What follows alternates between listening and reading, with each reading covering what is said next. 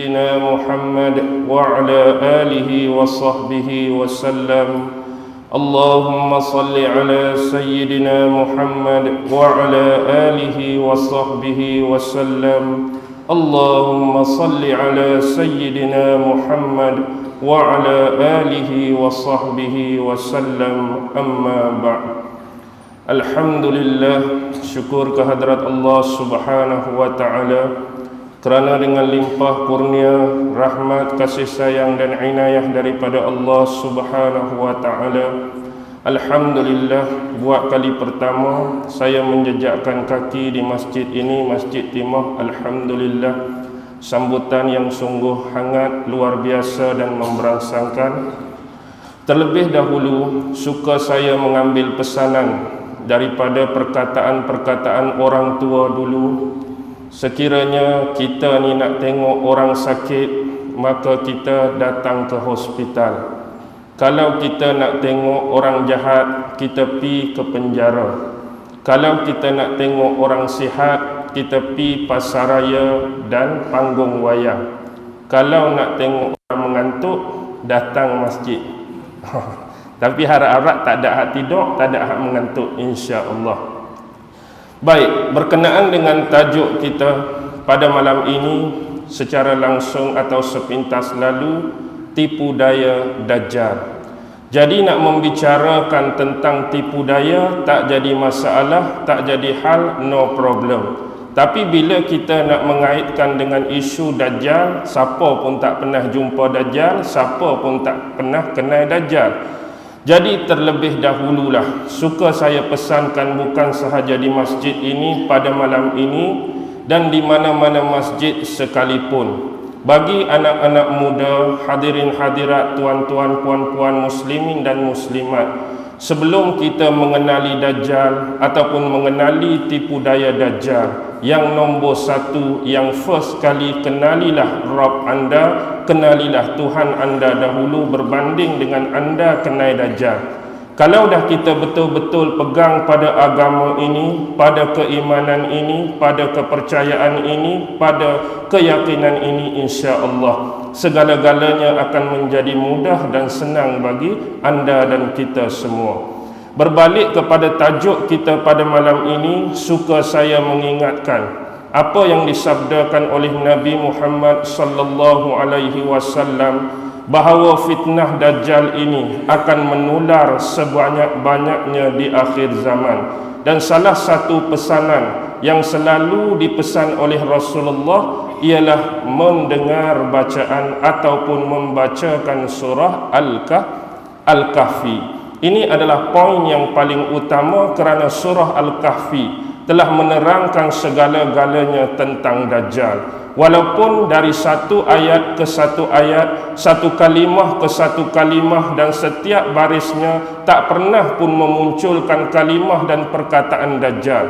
Bagi siapa yang dah selalu dan sering baca surah Al-Kahfi, siapa yang gemar baca surah Al-Kahfi, memang untuk elak fitnah Dajjal, memang untuk defend fitnah Dajjal, memang untuk protect fitnah Dajjal. Tapi bila kita baca dari ayat pertama habis ayat 110 pun tak akan pernah bertemu dengan perkataan ataupun kalimah Dajjal. Jadi di mana kita nak cari helah dia? Di mana kita nak cari tipu dia?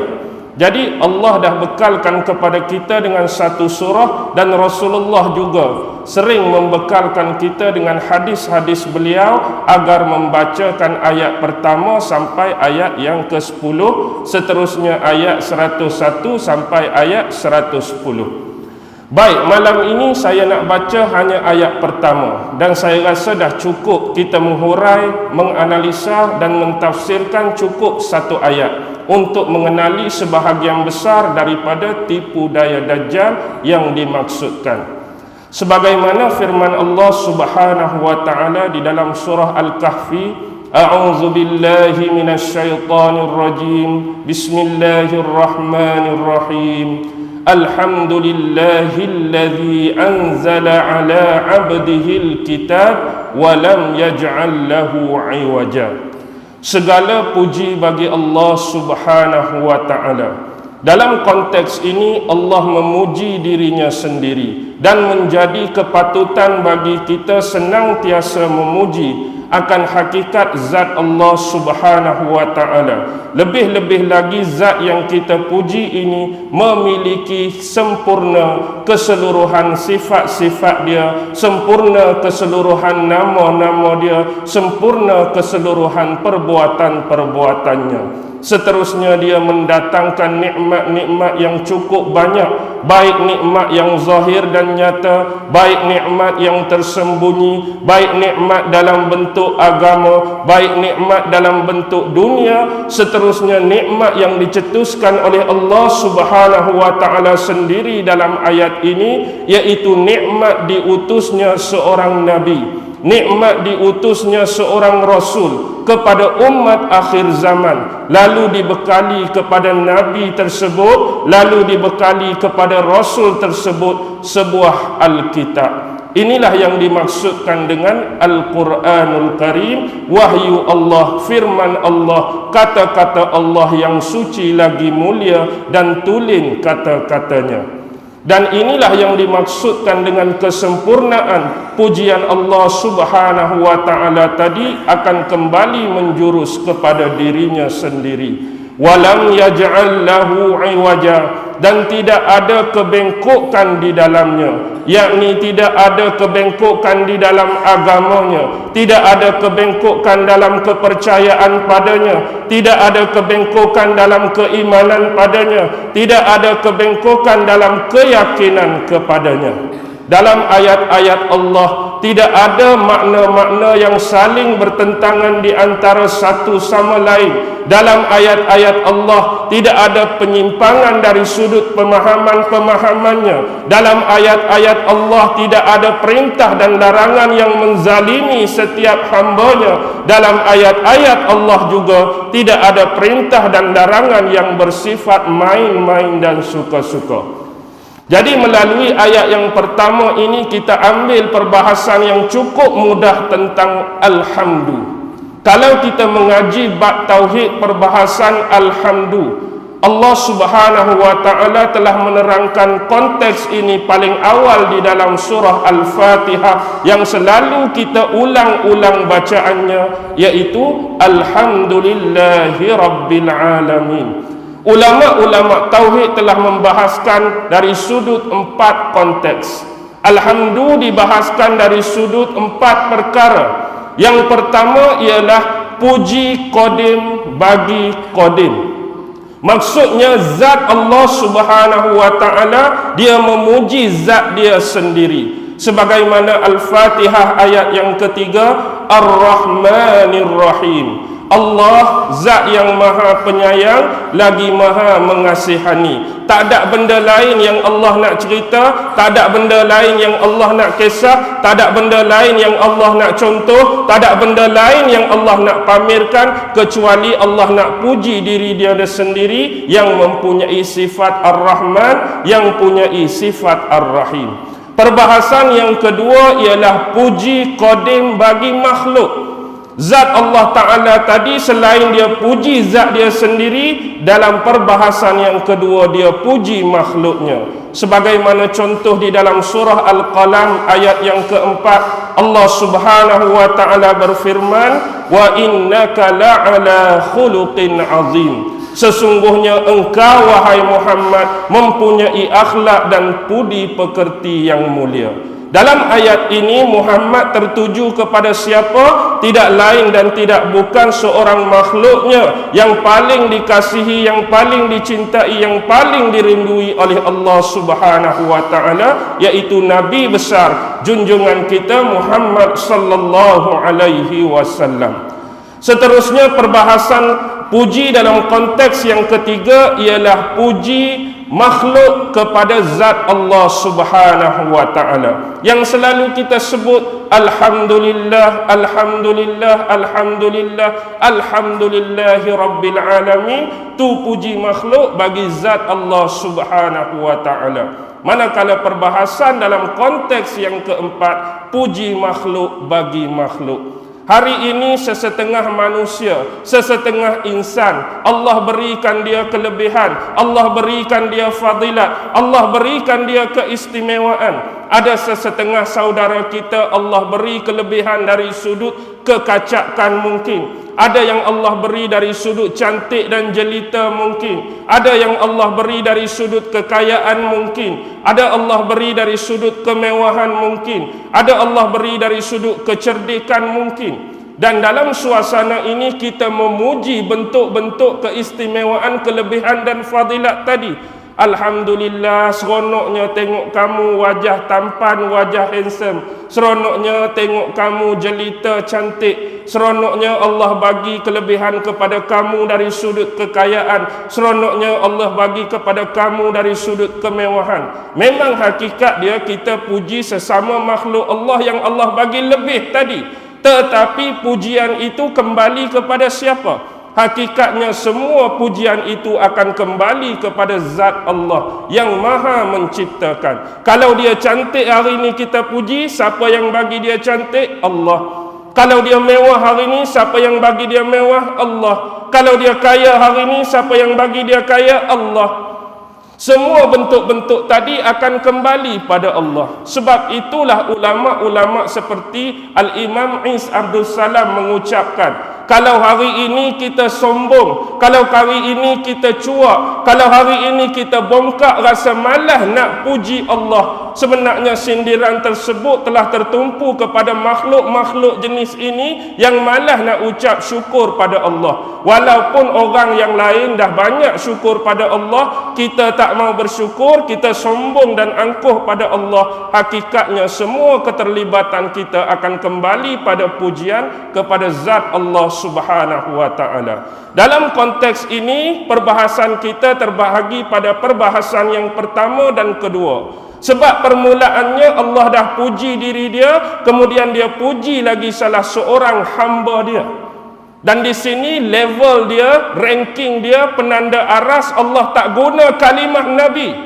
Ranking dia, level dia, penanda aras Allah tak guna kalimah Rasul. Ayat ini bukan datang alhamdulillahillazi anzala nabiyhi. Ayat ni tak datang alhamdulillahillazi anzala rasulihi.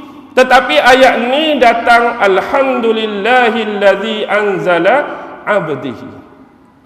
Konteks hamba ini sebenarnya melibatkan seorang personality. Hamba ini melibatkan seorang figure. Hamba ini melibatkan seorang tokoh yang berpangkat Nabi, tokoh yang berpangkat Rasul yang namanya Muhammad sallallahu alaihi wasallam, yang dikurniakan, yang dianugerahkan, yang dibekalkan oleh Allah Subhanahu wa taala dengan sebuah kitab yang nama dia Al-Quran.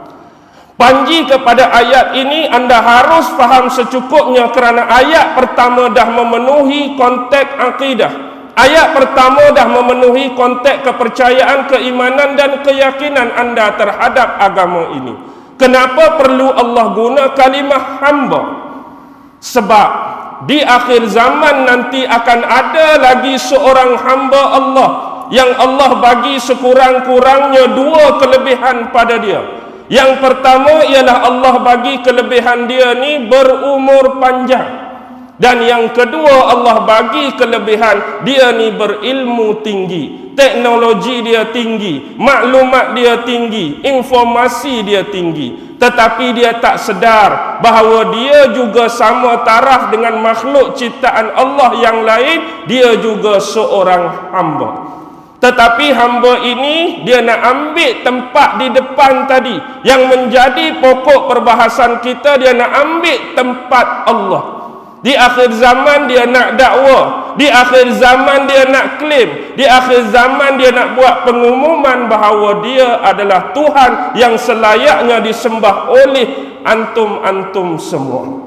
Dan inilah permulaan konteks tipu daya Dajjal, bermula dalam baris demi baris, ayat demi ayat, kalimah demi kalimah di dalam ayat yang pertama ini.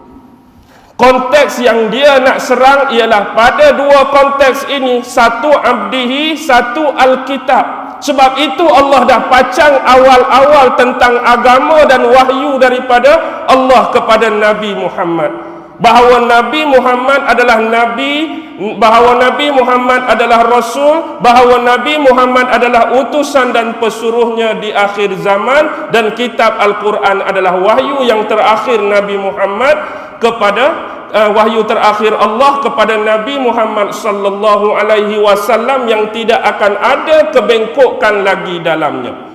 Sebab apa? Dalam konteks ini cuba kembali kepada zaman Nabi-Nabi, cuba kembali kepada zaman-zaman Rasul sebelum ini, yang juga Allah dah turunkan utusan-utusan dia, yang juga Allah dah turunkan Nabi-Nabi dia, yang juga Allah dah turunkan Rasul-Rasul dia. Begitu juga Allah dah turunkan kitab-kitab dia. Hakikatnya apa yang sudah terjadi kepada Nabi-Nabi dan Rasul menurut pemahaman umat dunia sekarang, apa hakikat pemahaman mereka tentang Rasul mengikut pemahaman umat dunia sekarang, apa pemahaman mereka tentang kitab Taurat, apa pemahaman mereka tentang kitab Injil, apa pemahaman mereka tentang kitab Zabur dan suhuf-suhuf yang pernah diturunkan kepada Nabi-Nabi utama, baik suhuf kepada Nabi Syis, baik suhuf kepada Nabi Idris, baik suhuf kepada Nabi Ibrahim, baik suhuf kepada Nabi Ezekiel dan sebagainya. Jadi pemahaman kita umat Islam, baik umat yang non-Islam, terhadap semua yang saya sebutkan tadi, bagaimana pemahaman anda yang sebenar untuk dikaitkan kenapa Allah perlu cerita balik tentang tidak ada kebengkokan tadi. Hakikatnya agama ini sejak awal telah dibengkokkan. Hakikatnya agama ini sejak awal telah diselewengkan. Hakikatnya agama ini sejak awal telah disimpangkan. Dan tidak ada orang lain yang berani melakukan semua ini kecuali makhluk Allah yang dikurniakan umur dan usia yang panjang.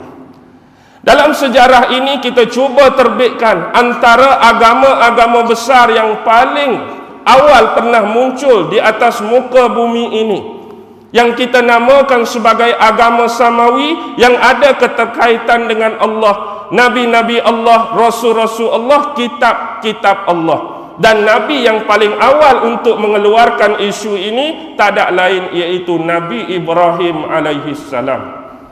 Bila cerita tentang Nabi Ibrahim alaihi salam, kita teringat satu firman Allah di dalam surah Al-Baqarah ayat 132.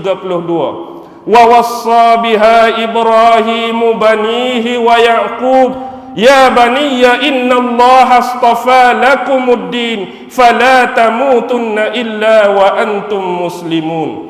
Dan ingatlah ketika mana Nabi Ibrahim alaihi salam menyatakan pesanannya, menyatakan wasiatnya kepada anak cucu keturunan beliau, termasuk di dalamnya isteri-isteri beliau, termasuk di dalamnya anak-anak beliau, termasuk di dalamnya cucu-cucu beliau. Sebab itu ayat ini dirangkumkan dengan nama seorang lagi Nabi, ayat ini dirangkumkan dengan seorang anak yang seorang lagi Rasul, iaitu Ya'qub. Wa wassa biha Ibrahimu banihi wa Ya'qub.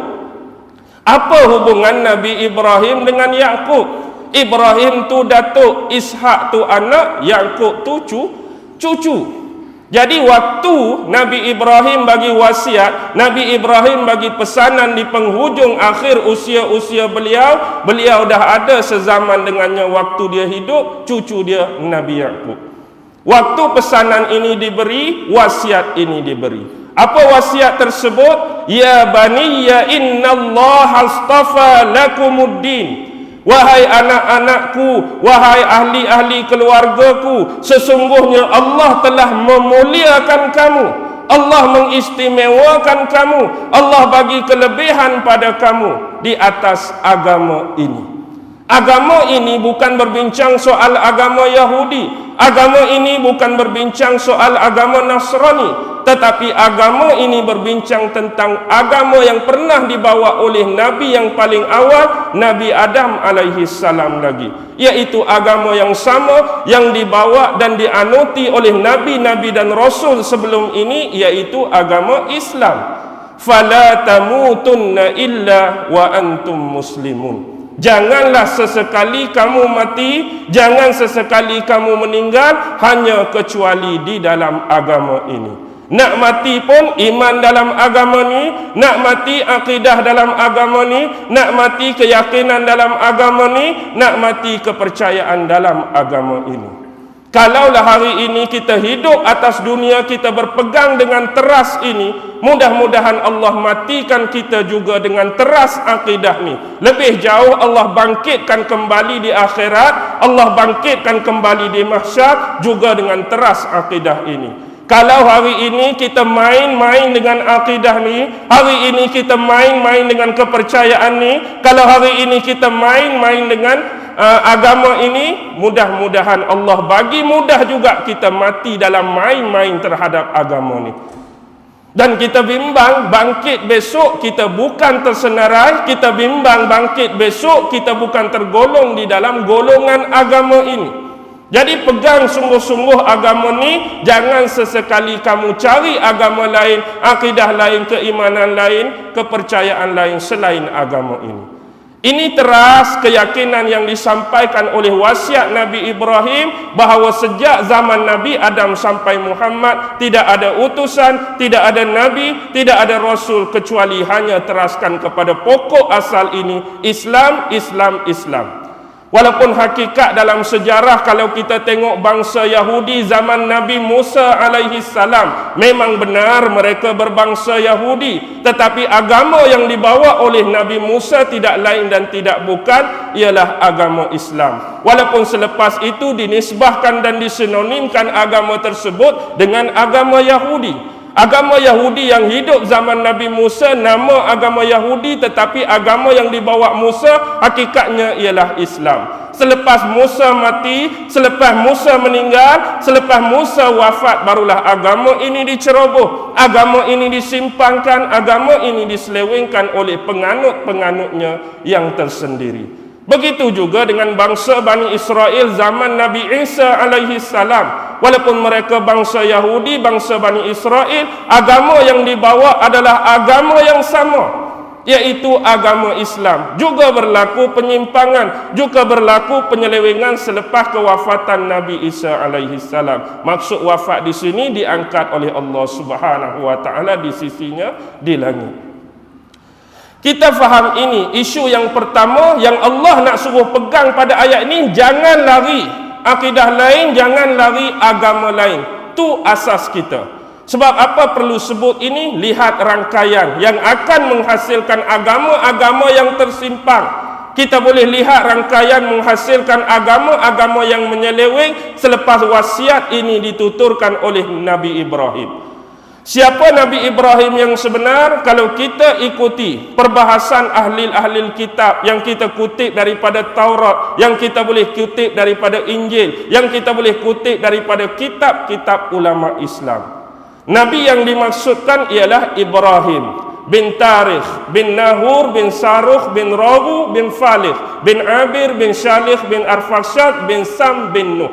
Ini adalah salasilah keturunan Nabi Ibrahim alaihi salam. Kalau kita ikuti pertengahan surah Al-Kahfi, ada seorang watak, seorang figure, seorang personality yang nama dia Khidir. Khidir juga melalui jaluran salasilah yang sama, Balia bin Malkan bin Falih bin Abir bin Shalih bin Arfaksad bin Sam bin Nuh alaihi salam. Baik. Bila kita dah kenal nama Nabi Ibrahim, keturunan dan salasilah dia, jadi punca di sini dalam Al-Quran didatangkan bahawa nama bapa Nabi Ibrahim ialah Azar. Azar yang sebenarnya figure yang sama, personality yang sama, orang yang sama dengan tarikh yang dimaksudkan melalui penilaian ahli kitab Taurat dan Injil tadi. Sekarang perbahasan seorang ulama, Al-Hafiz Ibnu Asakir. Dia meriwayatkan daripada Ishaq bin Shibli Al-Kahili di dalam kitab dia Al-Muqtada. Dia menyebutkan nama ibu Nabi Ibrahim. Nama ibu Nabi Ibrahim ialah Amilah. Ini pandangan Al-Hafiz Ibnu Asakir yang dia riwayatkan daripada Ishaq bin Shibli Al-Kahili dalam kitab Al-Muqtada. Nama ibu Nabi Ibrahim Amilah. Berbeza dengan Imam Al-Kalbi. Imam Al-Kalbi meriwayatkan nama ibu Nabi Ibrahim ialah Buna binti Karbeta bin Karsi. Buna binti Karbeta bin Karsi.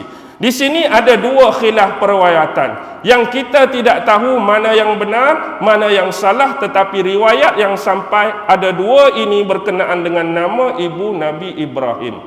Baik, ketika Nabi Ibrahim ni dilahirkan, usia bapa beliau tarikh ataupun Azar tadi baru berusia 75 tahun. Jadi kita ni jangan duk terkejut dengan usia sebegini. Kerana kalau kita nak cuba nisbah dan bandingkan usia sebegini dengan zaman kita, memang dah tua lanjut dah. Umur 75 baru nak beranak, umur 75 baru nak bersalin. Tapi hakikatnya umur orang dulu-dulu kalau baru 75-80 tu kira remaja muda belia lagi. Tengok umur Nabi Nuh berapa? 900 lebih. Nabi Syis 900 lebih. Maksudnya kalau setakat puluh-puluhan belum sampai 100 tu muda lagi, remaja lagi, belia lagi. Baik, 75 tahun usia dilahirkan Nabi Ibrahim. Nabi Ibrahim lahir 3 beradik. Abang dia yang sulung nama Nahur. Nama sama bapak dia tarikh letak nama bapak dia. Ibrahim bin Tarikh bin Nahur. Nahur tu dah tok Nabi Ibrahim. Jadi bapak dia Tarikh, dia ambil balik nama bapak dia Nahur, dia letak kepada anak dia yang sulung, Nahur. Yang kedua baru Nabi Ibrahim alaihi salam, dan yang ketiga ialah Haran. Adik bongsu nama Haran. Bila adik bongsu dah kahwin, dia dapat 2 orang anak. Yang sulung lelaki Allah bagi anugerah, ni juga jadi nabi, ni juga jadi rasul. Itulah dia Lut alaihi salam. Sebab itu hubungan Nabi Ibrahim dengan Nabi Lut, bapa saudara dengan anak saudara. Ibrahim bapa saudara, Nabi Lut anak saudara dia. Adik kepada Lut nama Milka. Milka ni kahwin dengan abang sulung Nabi Ibrahim, Nahur tadi, hak sama nama dengan tok dia tu. Macam mana pula bapa saudara boleh kahwin dengan anak saudara? Tak jadi masalah. Syariat zaman tu masih membenarkan perkahwinan berlaku antara bapa saudara dengan anak saudara. Tak jadi masalah. Kemudian dimansuhkan untuk umat Nabi Muhammad, syariat Nabi Muhammad sallallahu alaihi wasallam. Baik, kembali kepada kisah ini. Jadi Ibrahim kita tahu, clue kepada kisah Ibrahim ialah bila Ibrahim ni kahwin buat pertama kali dengan isteri pertama dia, nama apa? Isteri Nabi Ibrahim yang pertama. Hajar ke Sarah? Sarah dulu.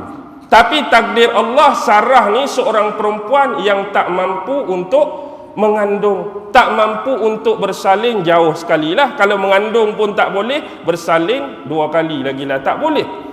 Jadi atas sebab itulah bapa dia Tarikh atau Azar bawa ahli keluarga dia. Di samping ada kes-kes Nabi Ibrahim yang berhubungan dengan seorang musuh Allah yang dilaknat, iaitu Namrus. Mereka ni keluar. Keluar ke mana? Mereka ni keluar nak pergi daripada bumi asal Nabi Ibrahim. Yang kita duk sebut Nabi Ibrahim, belajar sirah tentang Nabi Ibrahim, di mana tempat asal tumpah darah Nabi Ibrahim. Tang mana Nabi Ibrahim berasal? Nabi Ibrahim berasal dari bumi Kaldan. Kaldan ini dalam wilayah Babylon. Babylon hari ini dalam persempadanan geografi negara Iraq. Iraq lah bumi asal Nabi Ibrahim. Di situ ada Babylon, ada satu kampung nama Kaldan. Daripada Kaldan inilah bapa dia nak bawa ahli keluarga dia keluar ke bumi Kan'an. Kaldan nak pi Kan'an. Mana pula Kan'an, Ustaz? Kan'an ni apa yang kita namakan Israel hari ini, Kan'an ni apa yang kita namakan Palestin hari ini. Dulu sebelum nama dia Israel, sebelum nama dia Palestin, itulah bumi Kan'an. Kalau anda temui perkataan dan kalimah ini, baca mana-mana kitab, mana Kan'an, itulah Kan'an. Jadi nak berhijrah ke Kan'an, jadi sebelum sampai ke Kan'an, mereka tiba di satu tempat yang nama dia Haran. Anak bongsu bapa dia tadi, adik bongsu Nabi Ibrahim, nama Haran. Tapi tempat ni nama Haran. Tulisan sama, cuma beza syaddah saja. Hak adik tadi tak ada syaddah, Haran. Tempat ni nama Haran, ada syaddah. Di Haran ni bila tiba, Rupa-rupanya penduduk Harran ni sekarang dalam wilayah Dimash. Tahu Dimash? Orang Melayu dia tak biasa sebut Dimash, dia sebut Damsyik. Syria sekaranglah tempat yang bergolak tu. Ada satu tempat nama Harran. Dalam sejarah sebenarnya orang-orang Harran lah yang mula-mula buka kota Dimash, yang mula-mula buka kota Damsyik.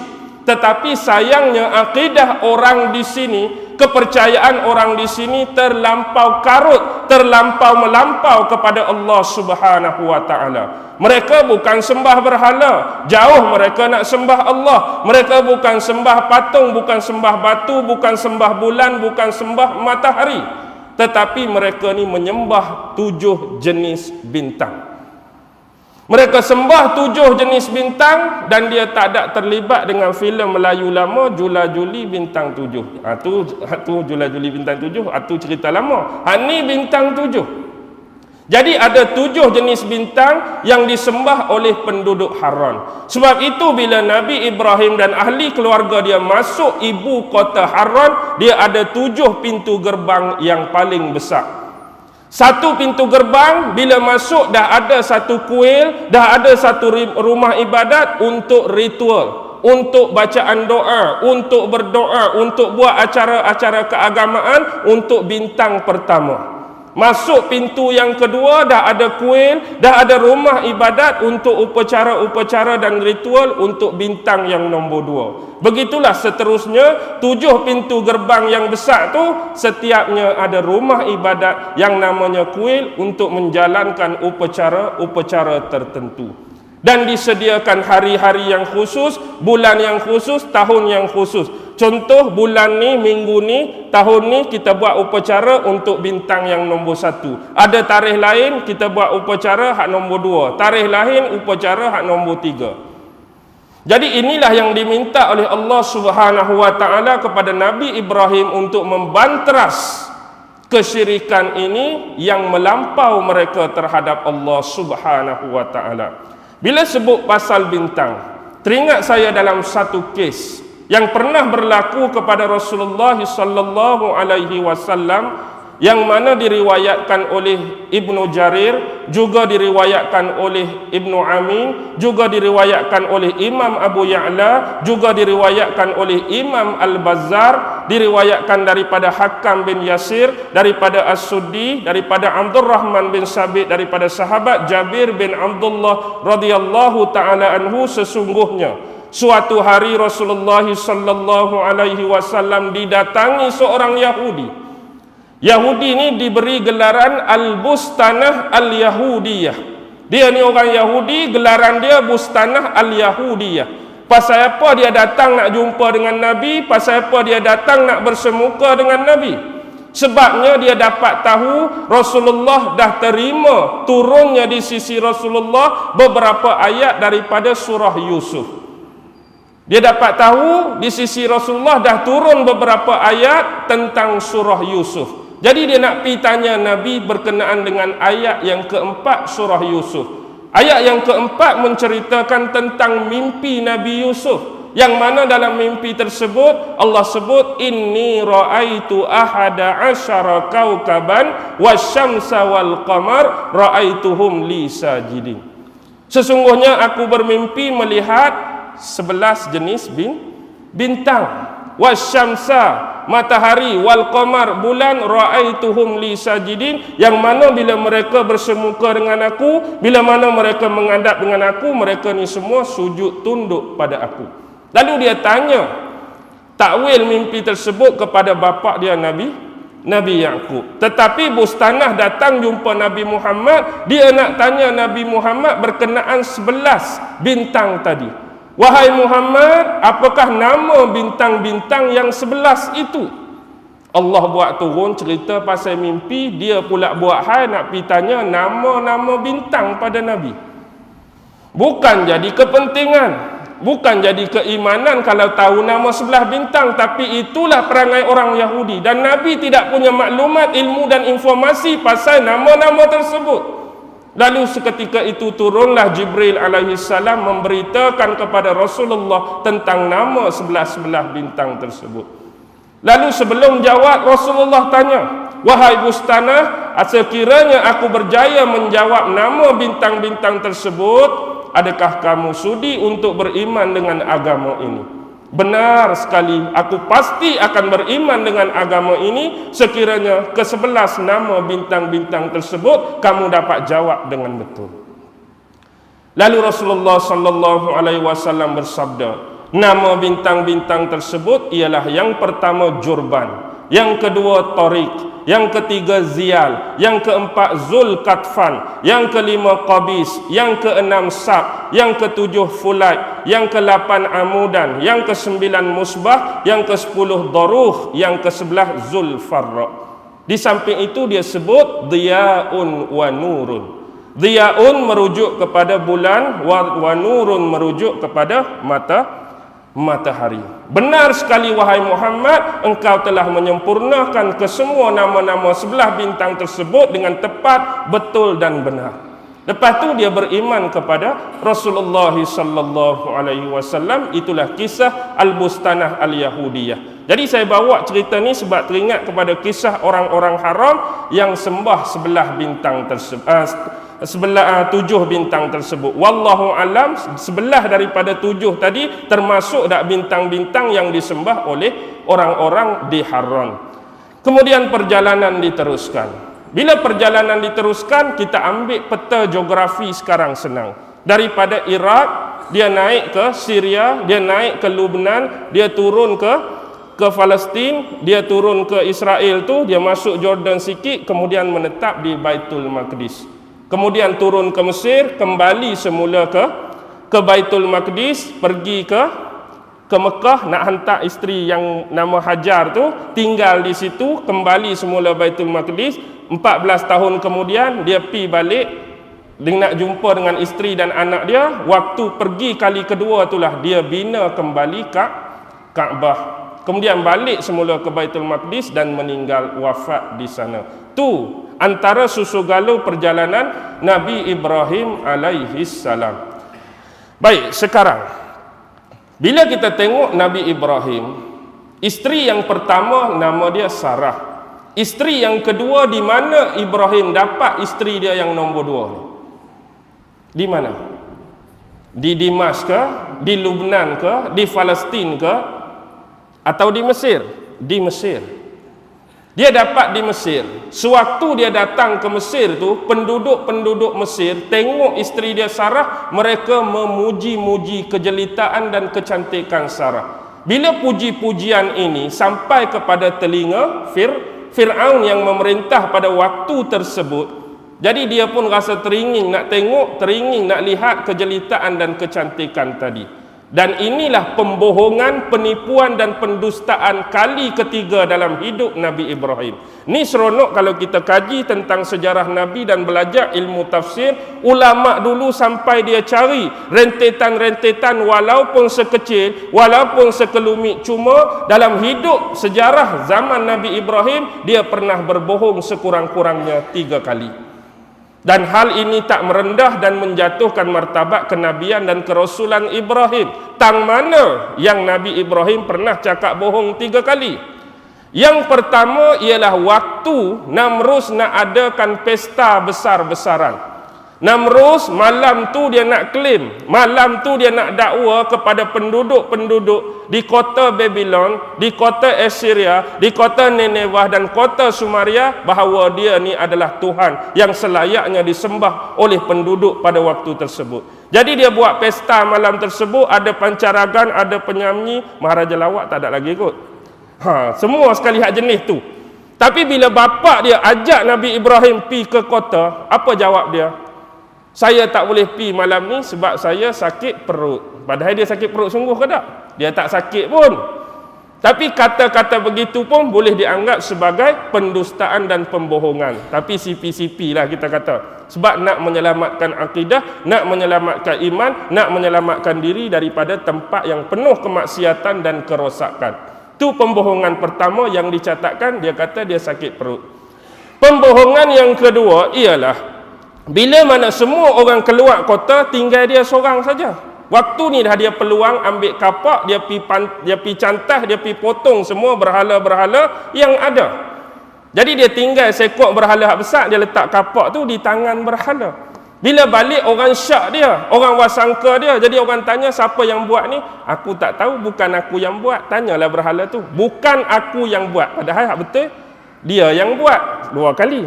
CP-CP lah kita kata nak selamatkan diri. Tapi dah memang confirm cakap bohong. Yang ketiga, inilah waktu berada di Mesir. Bila Fir'aun minta nak jumpa dengan Sarah, dia bagi pesan dekat isteri dia Sarah. Kalau Fir'aun tanya, orang lain tanya, cakap hang ni bukan bini aku, tapi adik perempuan aku. Cakap adik perempuan. Kali ketiga Nabi Ibrahim bohong, lepas tu tak ada dah. Jadi di sinilah berlaku bila Fir'aun depan Sarah. Dia nak buat suatu benda yang tak sepatutnya kita buat pada isteri orang, pada bini orang. Tiba-tiba kaki dia jadi kaku, tangan dia jadi kaku. Dia tak boleh nak buat perkara yang terkutuk tu pada Sarah, isteri Nabi Ibrahim. Last kali dia minta pertolongan, dia meraung kepada pembantu dia, yang kamu bawa datang ni bukan keturunan manusia tetapi keturunan setan. Aku nak buat apa pun tak boleh, ni keturunan setan. Pi hantar dia balik dekat Ibrahim. Tapi jangan lupa hadiahkan dia seorang wanita, seorang perempuan. Wanita yang dihadiahkan itulah yang bernama Hajar Al-Qibtiyah Al-Masriyah. Setengah kata dia ini adalah wanita yang berada dalam istana Fir'aun. Satu lagi dia adalah kaum kerabat keturunan diraja Fir'aun sendiri. Ada 2 riwayat, ada 2 pendapat. Jadi bila dapat seorang pembantu baru, tambahan pula Sarah tengok dia ni confirm tak mengandung dah. Jadi dia minta suami dia ni mengahwini Hajar. Jadi Ibrahim pun mengahwini Hajar. Duduk tak berapa lama, Hajar mengandung. Sifat seorang isteri tua, dia pula mandul. Tiba-tiba suami kahwin baru, duduk tak lama mengandung, sifat cemburu mula timbul. Bila timbul sifat cemburu inilah dia mula nak menjauhkan dan menyisihkan Hajar dalam kehidupan dia dengan Ibrahim. Itulah bila kembali semula daripada Mesir ke bumi Baitul Maqdis. Tempat tu umum besar Baitul Maqdis. Nama tempat yang Nabi Ibrahim duduk ialah Tayammun. Tayammun ni bukan tayammun hak kita ambil debu tanah tu. Eja tu lebih kurang sama. Tayammun hak fiqh debu tanah tu tayamim, tayammum. Yang ni tayaminun, tayammun. Kemudian waktu tu juga sampai di Tayammun, Allah bagi perintah kepada anak saudara dia Nabi Lut supaya pergi ke satu daerah yang nama Gaur. Gaur ni disebut istilah orang-orang di sana ialah dengan Zawa. Z-O-A-R. Zawa inilah sebenarnya ibu kota dia adalah kota Sadum ataupun disebut Sodom.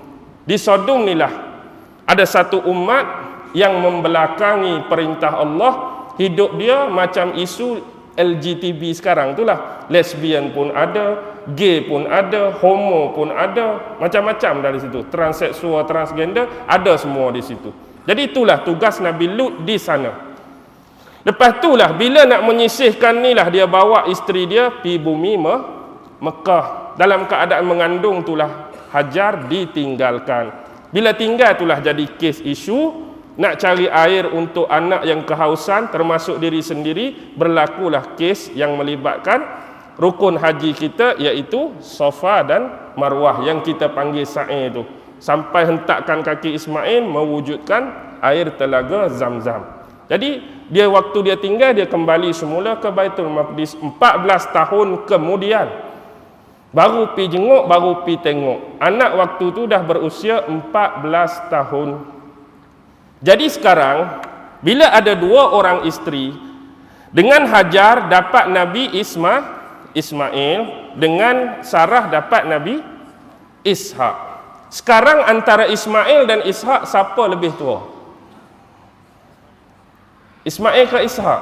Mestilah yang lebih tua hak mana mengandung dulu. Dari sudut logiknya memanglah Ismail akan lebih tua. Ismail lebih tua daripada Ishak 14 tahun. Lepas dia balik daripada Mekah itulah datangnya malaikat memberitakan kepada Nabi Ibrahim bahawa dia akan dikurniakan seorang cahaya mata, seorang anak melalui isterinya Sarah yang dianggap mandul sebelum ni. Jadi bila dia cerita dekat isteri dia Sarah hal keadaan tersebut, isteri dia ketawa. Sebab apa?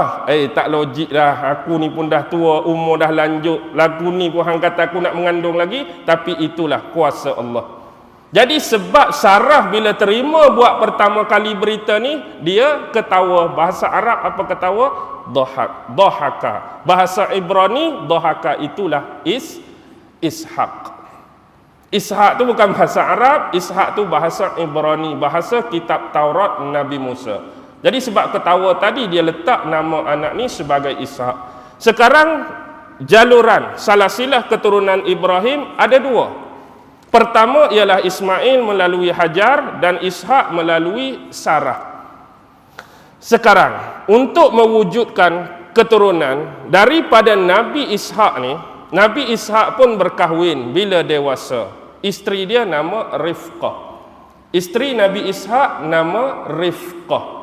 Jadi melalui isteri Rifqah tadi dia dapat 2 orang anak. Kembar pula tu. Yang sulung abang nama Aisu, yang adik nama dia Yakub. Itulah Nabi Yakub. Nabi Yakub ni lahir kembar, abang dia nama Aisu, adik dia nama Yakub. Jadi Ibrahim tu tok, Ishak tu anak, Yakub tu cucu. Hak tadi. Wa wassa biha Ibrahimu banihi wa Yakub. Jadi sebenarnya bila dah dewasa, keadaan Nabi Yakub dengan Aisu sama dengan anak dia yang bakal berlaku lepas ni, iaitu Yusuf. Sifat dia juga tidak disenangi oleh abang dia yang nama Aisu tadi. Jadi Aisu ni cemburu sebab Nabi Ishak lebih beri perhatian, Nabi Ishak lebih beri muka kepada anak yang nama Yakub, tunjuk sayang lebih, tunjuk cinta lebih. Jadi dengki abang yang nama Aisu. Jadi bimbang, takut bila dah dewasa, bila mereka dah tumbuh besar, Aisu ni akan buat benda-benda yang tak sepatutnya pada adik dia Yakub. Lalu atas pesanan tu dia minta kembali semula ke asal tanah keturunan kita, iaitu di Kaldan. Kamu Nabi Yakub pilah ke Kaldan. Di sana ada bapa saudara kamu nama Laman. Nama Laman. Laman ni siapa? Laman ni abang kepada mak dia nama Rifqah tadi. Kan isteri Nabi Ishak nama Rifqah. Abang kepada Rifqah Laman. Automatik Laman ni bapa saudara kepada Aisu dan Nabi Yakub. Pi sana. Moga-moga dapat menyelamatkan kamu daripada makar abang kamu Aisu. Jadi pilah kawan tu rumah bapa saudara yang nama Laman di bumi Kaldan. Jadi kawan ni pun duk sorang-sorang, tadi duk asyik khianat adik, jadi boring. Bila boring dia pun rasa nak mengembara, dia mengembara ke arah barat. Di sinilah dikatakan Aisu ini dikenali sebagai Abu Rum, bapa kepada orang-orang Rom, bapa kepada keturunan orang-orang di sebelah Eropah sekarang. Belah Aisu keturunan dia pi di situ. Jadi kawan yang duduk dengan bapa saudara di Laman ni, rupa-rupanya bapa saudara ni ada dua orang anak perempuan. Yang sulung nama Layah, yang kedua nama Rahil. Jadi sebenarnya duk tengok duk tilik berkenan dekat hak adik nama Rahil tadi. Tapi bila bapa saudara tanya, kamu nak kahwin ke tak? Nak. Tapi tak bagi tahu sebab malu. Bapa saudara pun kahwinkan dengan yang kakak. Kakak dengan Nabi Yakub tadi. Nabi Yakub kahwin dengan isteri pertama dia nama Layah.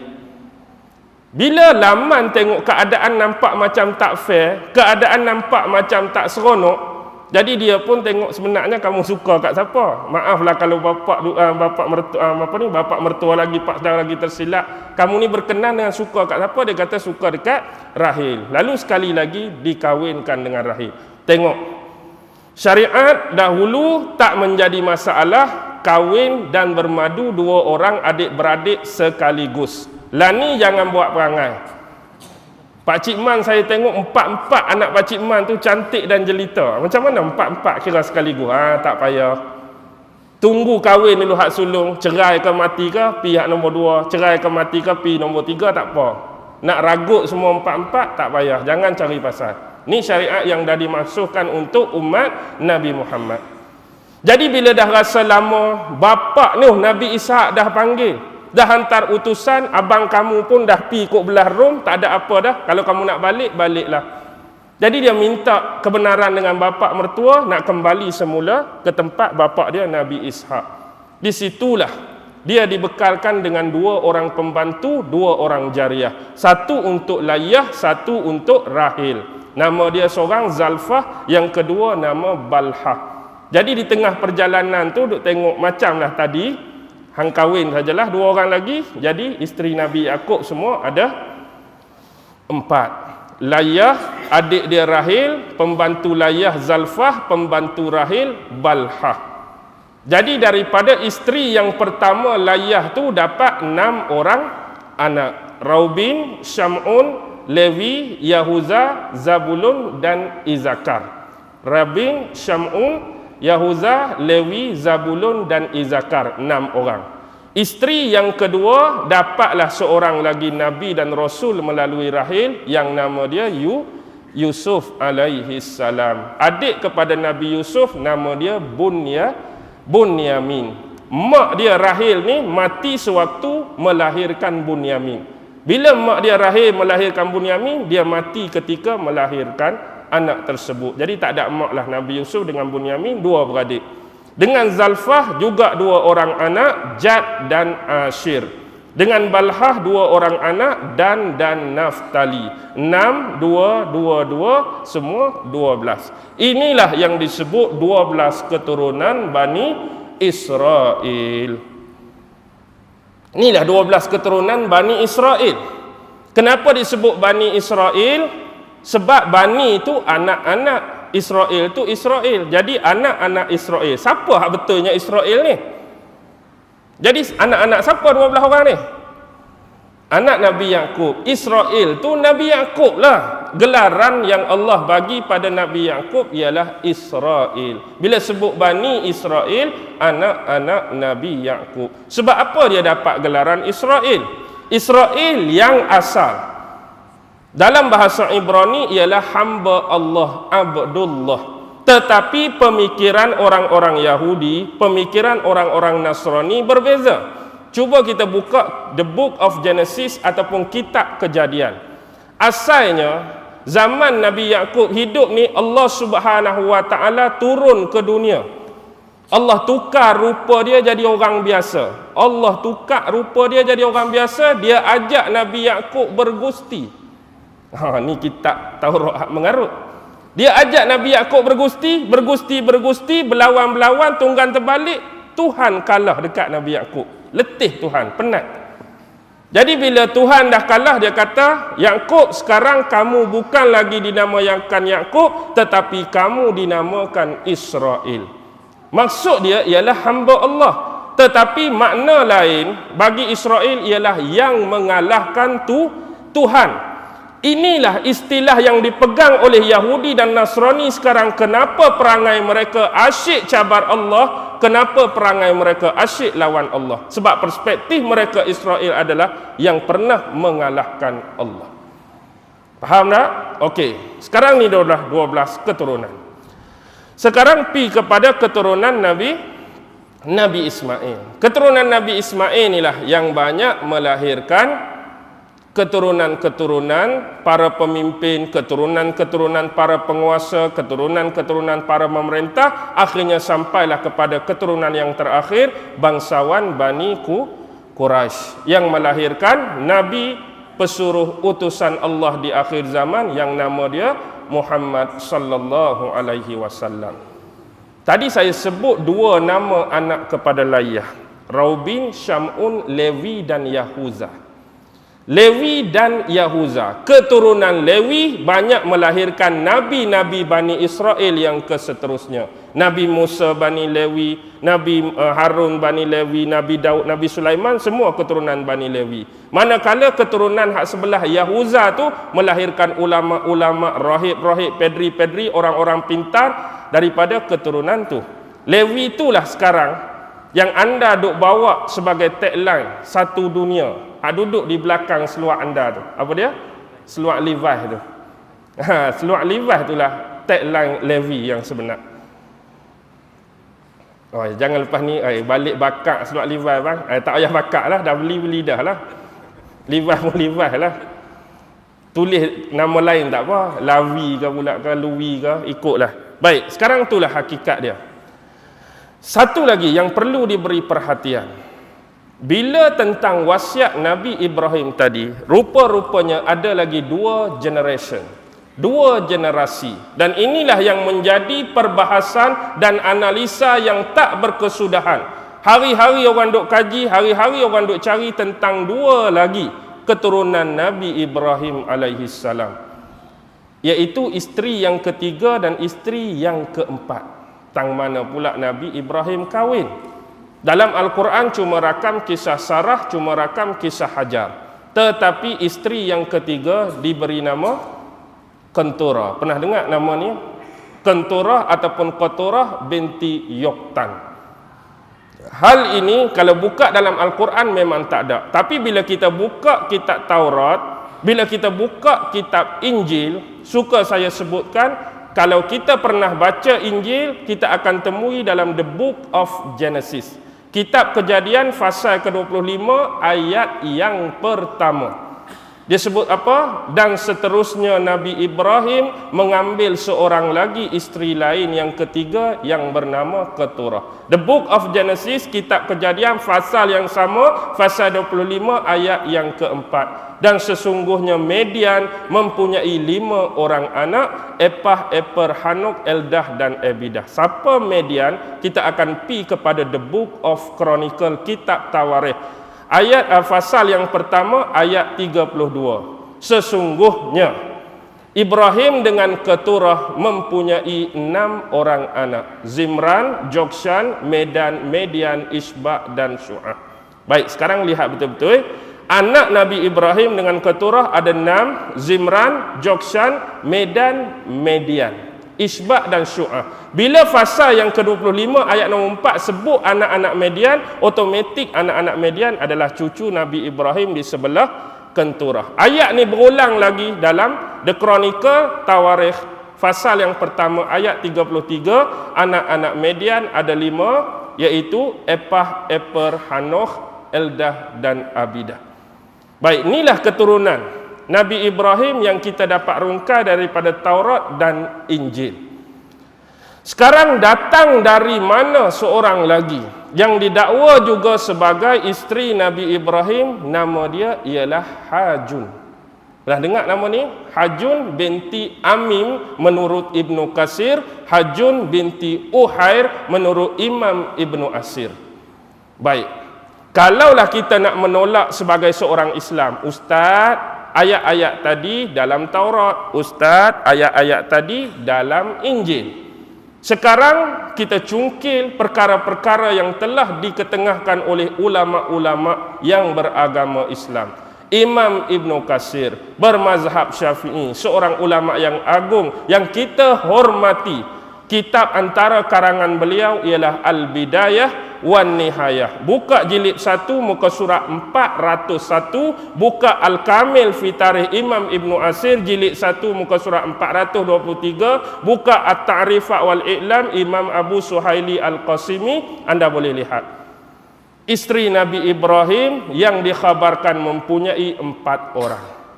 Daripada Hajar lahir Ismail, daripada Sarah lahir Ishak, daripada Kenturah lahirnya Zimran, Jokshan, Medan, Median, Isbak dan Syu'ah, dan daripada Hajun lahir 5 orang anak, Kisan, Amin, Luton, Nafis dan Sauros.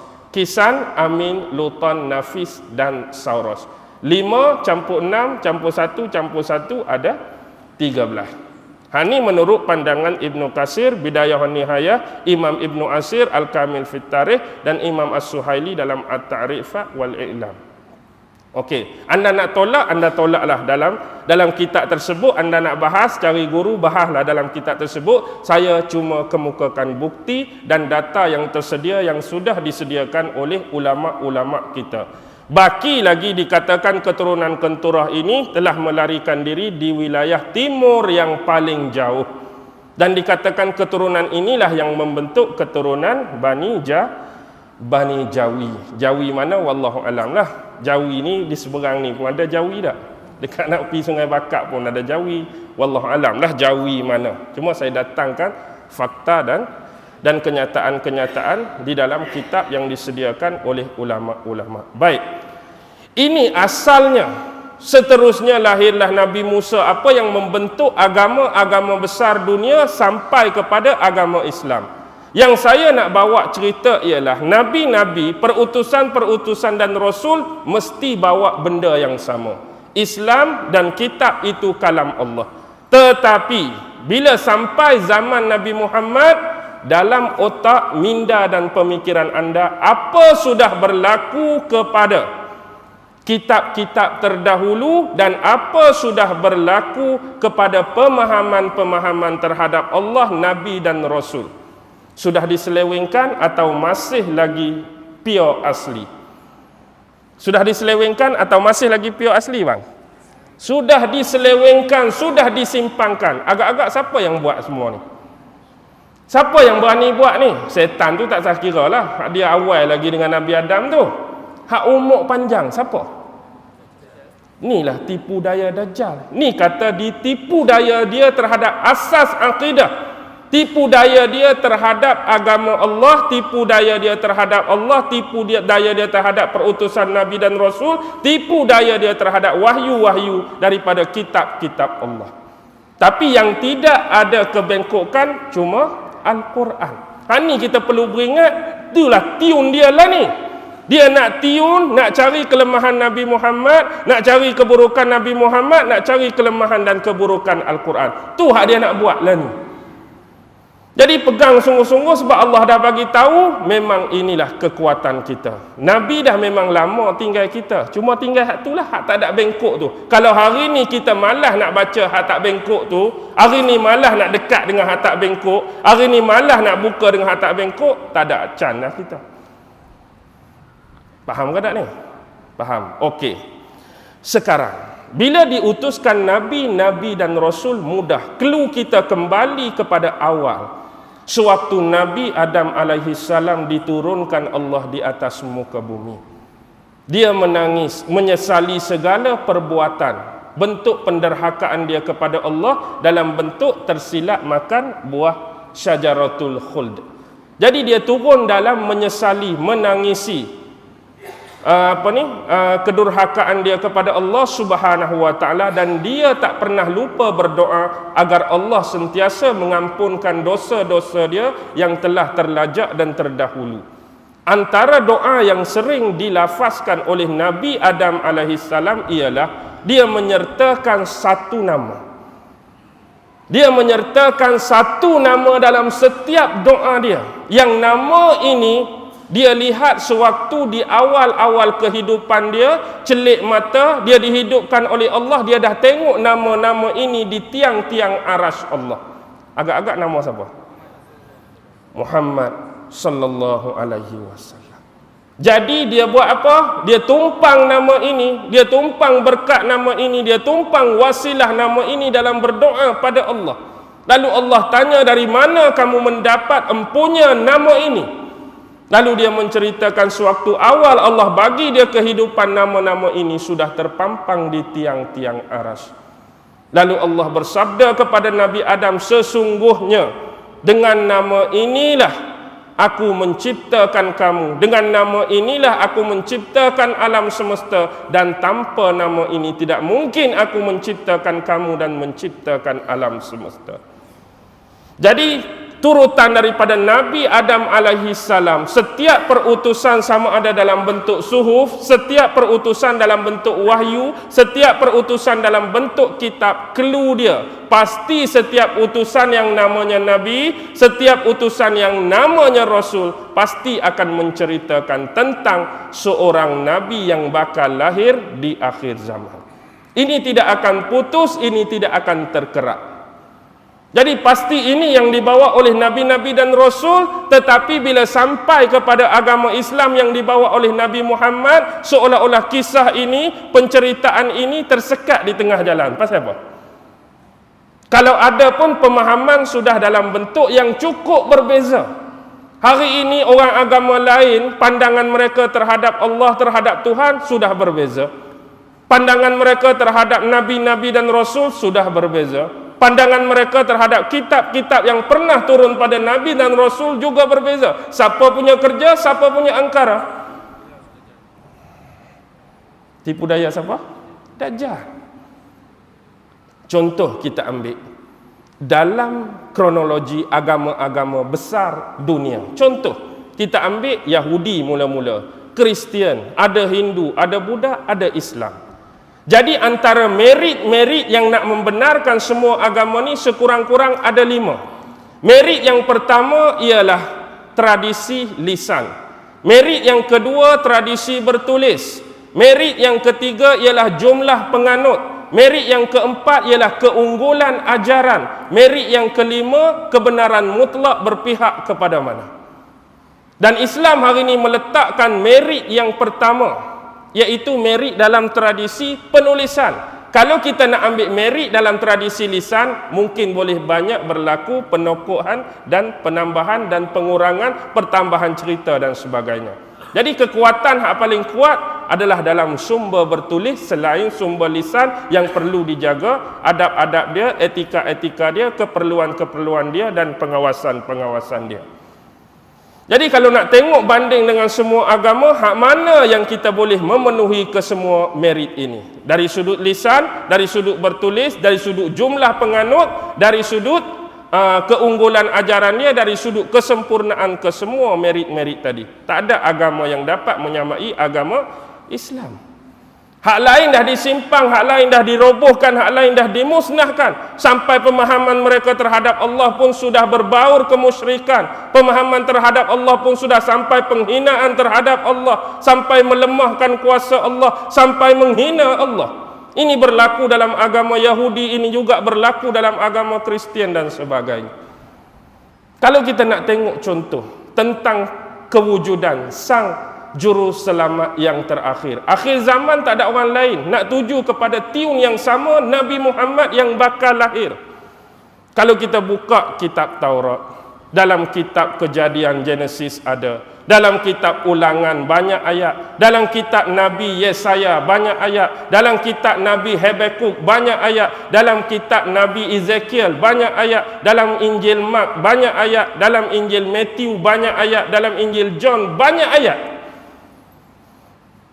Berpuluh-puluh ayat yang menceritakan sisipan tentang kehadiran Nabi akhir zaman yang nama dia Ahmad ataupun Muhammad. Tetapi penyimpangan ini berlaku bila persidangan Nisya berlangsung. Persidangan Nisya berlangsung 300 Masihi, yang mana agama Kristian menghimpunkan seluruh rahib-rahib, seluruh pedri-pedri yang berada di seluruh dunia agar menyertai persidangan Nisya 300 Masihi. Mana-mana yang mempunyai Injil, mana-mana yang mempunyai tulisan, mana-mana yang mempunyai bekas yang mengandungi tulisan kertas, mengandungi tulisan tulang, mengandungi tulisan, bawa semua. Kita nak kumpulkan semua bentuk wahyu-wahyu yang dikatakan Injil. Kita nak pilih, kita nak saring, kita nak analisa yang mana yang sebenar, yang mana yang palsu. Jadi semua rahib turun, orang paling kuat agama turun, himpun semua bentuk Injil yang ada pada waktu tersebut. Lalu mesyuarat diputuskan, diambil sebuah meja yang besar dan semua Injil tadi dikumpulkan di bawah meja. Malam ini kita akan tutup pintu bilik ini rapat-rapat, kita akan kunci bilik ini rapat-rapat, kita pergi buat solat, kita berdoa, kita bermunajat pada Allah. Moga-moga Allah bagi kita pilihan mana-mana kitab yang tiba-tiba esok duduk atas meja, kitab itulah kitab yang paling benar. Semua ni letak bawah meja. Kita keluar, kita kunci, rapat-rapat, kita berdoa, kita munajat. Esok hak mana ada duduk atas meja, itulah hak betul, pilihan Tuhan. Tiba-tiba esok ada 4 kitab hak duduk atas meja. Tak tahulah natang mana pergi letak. Yang ada hak mereka duk guna pakai hari inilah. Injil John, Injil Mark, Injil Matthew dan Injil Luke. Injil Barnabas pun tersasar. Waktu tu juga diumumkan Injil Barnabas tidak boleh diguna pakai untuk agama kita dari sudut autoriti dan integriti. Padahal Barnabas lah yang paling dekat penceritaan tentang kelahiran Nabi akhir zaman yang nama Muhammad. Injil Barnabas. Siapa Barnabas? Salah seorang pengikut setia Nabi Musa yang dia tulis seawal abad pertama Masihi lagi. Sedangkan yang dikumpul persidangan Nisya dah 300 Masihi, 300 tahun berlalu, 300 tahun berselang. Sebab dia isinya banyak bertentangan dengan Injil Paul yang membentuk keempat-empat Injil tadi. Dan Injil ni dah yang dikatakan ada naskah kuno dalam bahasa Itali kuno yang disimpan di perpustakaan Vatikan. Tahu Vatikan? Kemudian seorang Pedri yang bernama Moreno telah mencurinya secara gelap pada akhir abad ke-16. Dia buat keluar dan sekarang dipercayai kitab Injil Barnabas yang tertulis tulisan Itali kuno tu berada di perpustakaan Vienna, Itali. Tahu Vienna? Vienna pula dah. Vienna bukan Itali, Venice Itali, Vienna Austria. Tu. Duduk di Austria. Tapi pada tahun 1325 Hijrah, seorang doktor berbangsa Mesir, Dr. Khalil bin Sa'adah, telah menterjemahkan daripada bahasa Inggeris ke dalam bahasa Arab di bawah penerbitan Al-Manar, di bawah bimbingan dan asuhan Syekh Muhammad Rashid Ridha. Begitu juga isi-isi daripada Barnabas dimuatkan oleh Syekh At-Tantawi di dalam tafsir dia Al-Jauhari. Dalam tu ada 3 fasal utama. Sekurang-kurangnya ayat daripada Injil Barnabas fasal ke-72. Bermula ayat yang kedua sampai ayat yang ke-14 cerita pasal Nabi Muhammad. Dalam fasal yang ke-92 ayat yang pertama sampai ayat yang ke-15 cerita pasal Nabi Muhammad. Begitu juga fasal yang ke-96 ayat yang kedua sampai ayat ke-24 cerita pasal Nabi Muhammad. Tak boleh nak bakar, tak boleh nak lawan, tapi sebab isu yang besar ini mereka tolak Barnabas. Sampai ke kurun kelima Masihi, mereka mengumumkan antara nama-nama kitab yang tak boleh digunakan dan difatwakan haram orang Kristian bacanya. Selain kitab-kitab tertentu yang tak terkecuali ialah Injil Barnabas. Sebab apa? Paling banyak pertentangan dengan 4 Injil yang utama tadi, yang paling banyak mencerminkan, mengeluarkan, mewujudkan kisah pasal Nabi akhir zaman yang namanya Muhammad sallallahu alaihi wasallam. Sebab dia ditulis kitab abad pertama Masihi.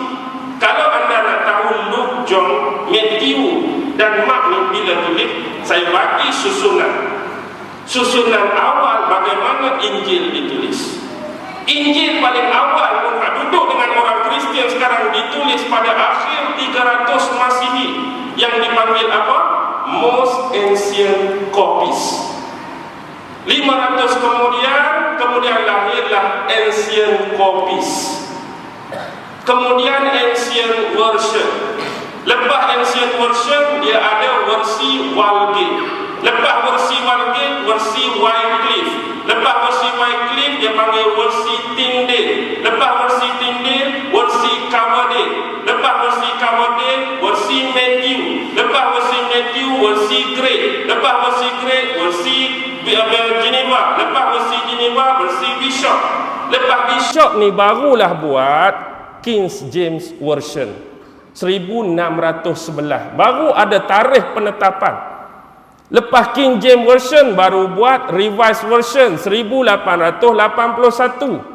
Kemudian baru buat ASV, American Standard Version. Kemudian baru buat RSV, Revised Standard Version 52, Revised Standard Version 71. Hak banyak duk guna pakai hari ni, hak terkini yang paling latest RSV, Revised Standard Version 71. Dan paling murni kepercayaan dan tulisan dia ramai P7 kepada King James Version 1611. Tu tata cara penulisan dia. Mereka masih mampu menerima original manuskrip hak hujung 300 tahun tapi boleh tolak Barnabas hak abad pertama. Satu perbuatan yang tidak dapat kita boleh terima.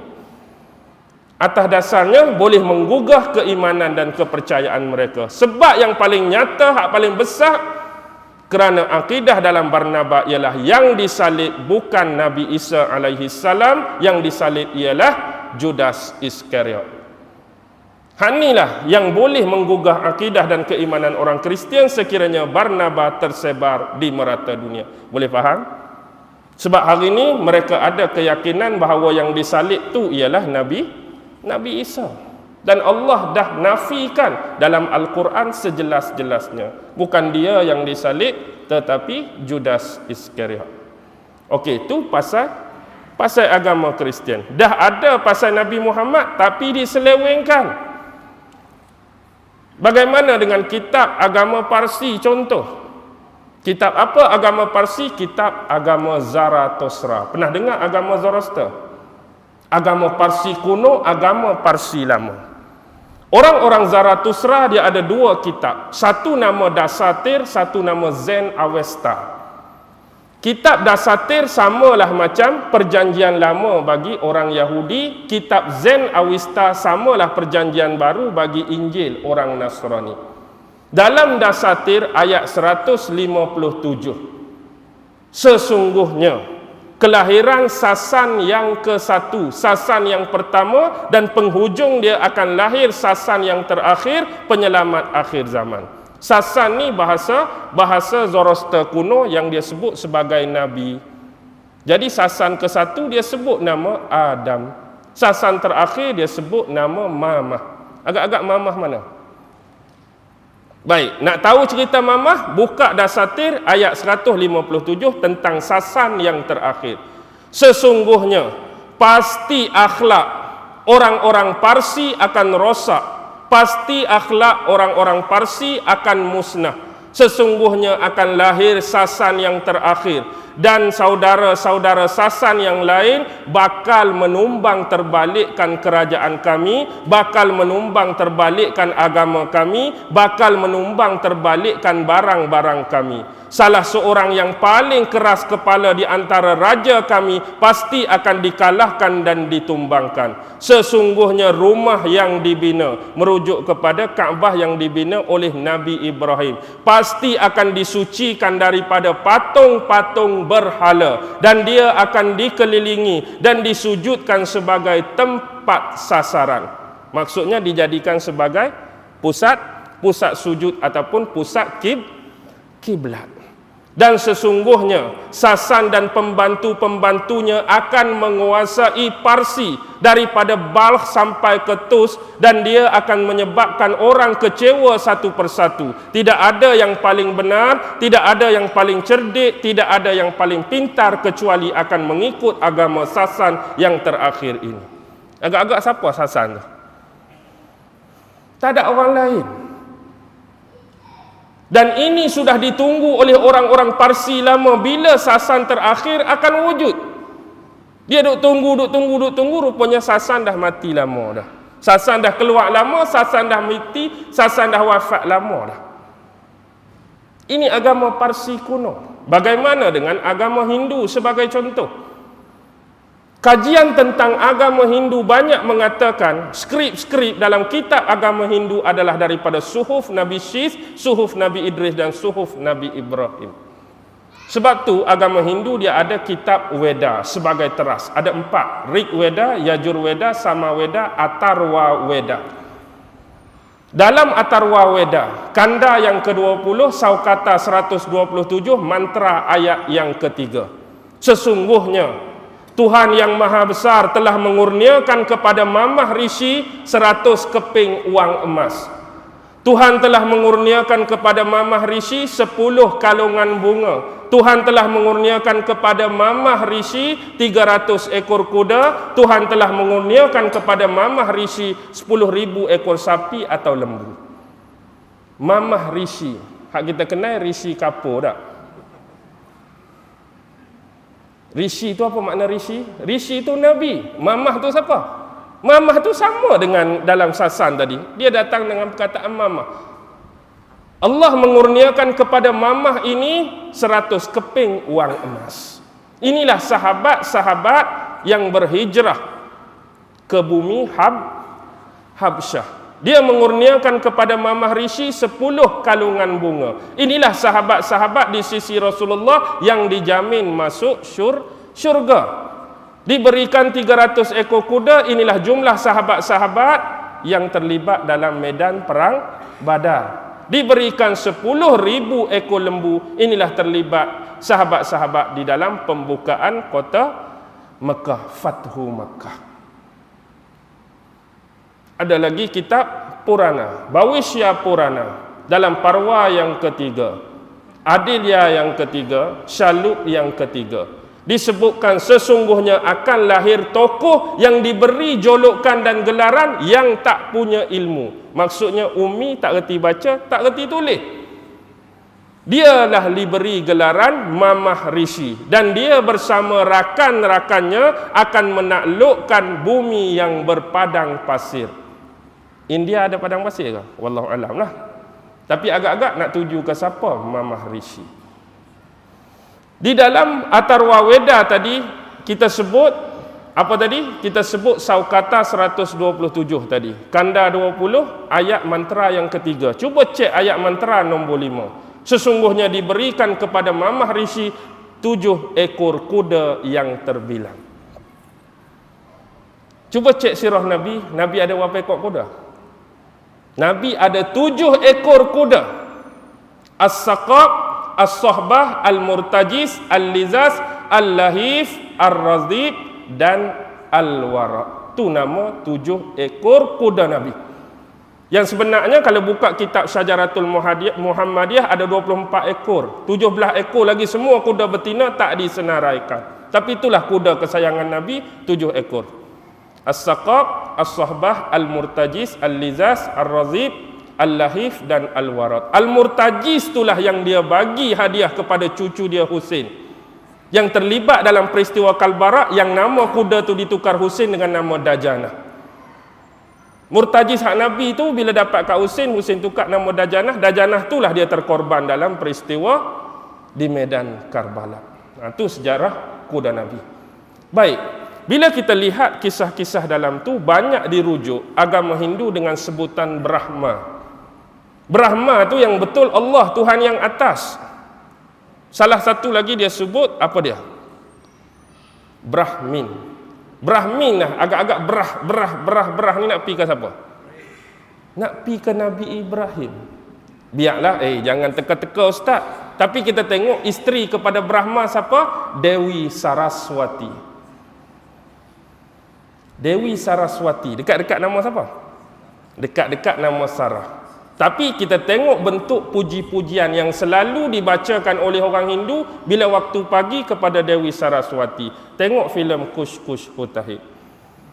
Ham jese i jagade sehare, ham jese i jagade sehare.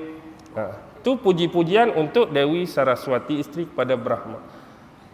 Tapi hakikatnya itulah yang terkandung dalam agama Hindu. Lihat kisah Nabi Manu.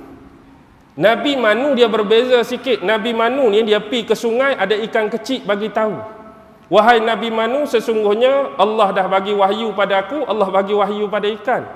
Sesungguhnya banjir besar akan berlaku, wahai Manu, binalah sebuah kapal yang besar. Agak-agak nak pergi ke tiun ke siapa cerita Manu ni? Suruh bina kapal yang besar, banjir besar nak berlaku. Siapa? Nabi Nuh. Cerita Nabi-Nabi sebenarnya penuh di dalam kitab-kitab Hindu, tetapi dah jadi bersimpang siur. Mungkin inilah sebab terlampau jauh dah hubungan dengan Nabi, hubungan dengan Rasul, pertambahan cerita dari sudut lisan yang menyebabkan masuk dongeng dan khurafat para dewi yang pelbagai. Akhirnya Trinity dan musyrik tetap muncul. Brahma, Vishnu, Siva. Musyrik akan muncul, Trinity dia tak boleh tinggal. Dalam agama Kristian, Tuhan Bapa, Tuhan Anak, Ruhul Kudus. Dalam agama Yahudi, Yahweh, Sephiroth, Sheshina. Dalam agama Namrus asal, Namrus, Semiramis, Tammuz. Dalam agama Fir'aun, Horus, Isis, Osiris. Dalam agama Buddha, Buddha Gautama, Buddha Shakyamuni, Buddha Maitreya. Siapa Buddha Maitreya? Penyelamat akhir zaman. Kitab Buddha ada 3, Tripitaka, 3 bakul. Sutta Pitaka, Wisaya Pitaka, Abhidhamma Pitaka. Dalam Abhidhamma Pitaka, buka muka surat yang ketiga, awal lagi, dalam perenggang kedua, baris kelima. Nangken kenmak yubantinai senara pereplau fekrau sikulih cantong rekpau. Bahasa Siam Tiongkok kuno. Sesungguhnya akan lahir seorang penyelamat akhir zaman di bumi yang berpadang pasir, yang akan meruntuhkan semua berhala-berhala yang ada. Agak-agak Bikhu dengan Sami Buddha mana ada sifat ni?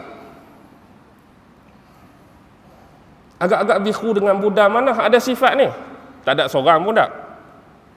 Nak kata dia meruntuhkan berhala, dia hak duk buat berhala, dia hak duk sembah berhala. Tapi itulah hakikat dalam kitab Tripitaka. Dah ada Trinity. Semua Trinity. Siapa punya kerja? Dajjal punya kerja. Dia nak suruh kita ni musyrik daripada awal sampai akhir. Dia nak simpang semua nabi-nabi dan rasul sampai akhir. Dia nak selewengkan semua kitab-kitab dari awal sampai akhir. Inilah yang sebenarnya yang terjadi, yang kita pacang pada akidah, keimanan, keyakinan dan kepercayaan pada ayat yang pertama. Tipu daya pula dah. Tipu daya Dajjal hak paling besar. Tipu daya pun tipu daya juga, nak pukul 10 dah ni. Macam mana? Nak berhenti ke on lagi? Sikit lagi lah tak. Saya pun sejak awal tak minum ayat lagi ni. Semangat punya cerita. First time Masjid Timur ni. Mujur tak ada masjid boksit lah. Kalau ada masjid boksit lagi semangat saya. Ini kena potong mat, nanti kena saman pula. Okey. Baik. Rumusan kita pada malam ini jelas. Bahawa Allah Subhanahu wa taala dah puji diri dia, dia puji seorang hamba dia yang nama dia Muhammad, dibekalkan dengan kitab Al-Quran yang tidak ada kebengkokan di dalamnya. Baik, sekarang bila kita dah jelas, Allah nak suruh kita tarik kepada nabi-nabi dan perutusan sebelum ni, agama yang dibawa mereka, kitab yang dibawa mereka, semuanya sudah banyak kebengkokan. Jadi kita perlu berhati-hati, kita perlu beringat dengan agama kita. Sebab yang Dajjal nak buat tipu, nak tiun pada dua benda ni. Pada batang tubuh Nabi dan pada agama menerusi kitab Al-Quran. Hari ini tak habis-habis mereka tiun kita dengan menghina Nabi, dengan mencaci Nabi, dengan cari kelemahan Nabi, dengan cari segala maknika yang berkaitan dengan Nabi, lebih-lebih lagi dengan kitab Al-Quran. Kalau hari ini kita malas dengan Al-Quran, kita tak buka Al-Quran, kita tak kawan dengan Al-Quran, kita tak bersahabat dengan Al-Quran, sayang. Sebab inilah tiun kita. Baca Quran pun jangan duk baca surah Kahfi saja. Bacalah surah lain pun. Nah, tapi tiun kita benar tu. Cukuplah satu ayat malam ni. Betul? Cukuplah. Ayat yang kedua bila pula agak-agak? Kena panggil lain lah. Ayat yang kedua, siri yang kedua. Saya pun dah penat sebenarnya ni. Sebab bukan dalam masjid saja hak ada ni. Hak ada luar tu penuh lagi ni, hak duk luar ni. Hak ni lah sebenarnya yang marah saya mai kuliah, saya mai ceramah, sebenarnya hak duk luar tu. Hak saudara-saudara tak nampak tu. Hak tu juga yang saya sakit ni pun. Jadi boleh berhenti tak? Boleh berhenti kan nak on lagi ni? Oh ya, penatlah saya esok sekolah ni. Jauh tu nak balik relau. Jadi insya-Allah kita berhenti dulu setakat ni, kita akan ada siri kedua kalau saya dipanggil lagi. InsyaAllah kita akan bersiaran lagi. Kalau ada kelapangan, kalau sihat tubuh badan, mudah-mudahan insan-insan di sini sudilah mendoakan kesejahteraan dan kesihatan yang berpanjangan untuk diri saya. Wabillahi taufiq wal hidayah. Wassalamualaikum warahmatullahi wabarakatuh. A'udzubillahi minasyaitonirrajim. Bismillahirrahmanirrahim. Allahumma innaka ta'lam anna hazihil quluba qad ijtama'at ala mahabbatik والتقت على طاعتك وتوحدت على دعوتك وتعاهدت على نصرة شريعتك فوسك اللهم رابطتها وأدم مدها واهدها سبلها واملأها بنورك الذي لا يخبو واشرح صدورها بفيض الإيمان بك وجميل التوكل عليك وأحيها بمعرفتك وأمتها على الشهادة في سبيلك إنك نعم المولى ونعم النصير وصلى الله على سيدنا محمد وعلى آله وصحبه وسلم والحمد لله رب العالمين الله أكبر.